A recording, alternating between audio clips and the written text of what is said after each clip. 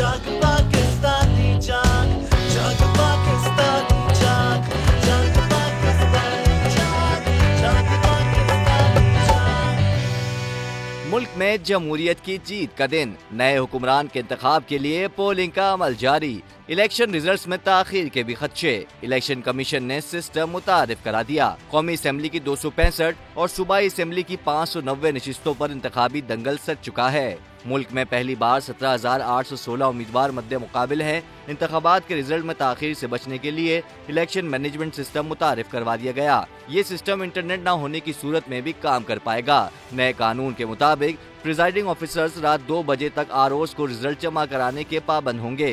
किसी भी polling station से नतीजा नहीं पहुंचा तो उसकी वजह रिकॉर्ड की जाएगी। कल सुबह 10 बजे तक हर हाल में हर हलके का रिजल्ट जारी कर दिया जाएगा।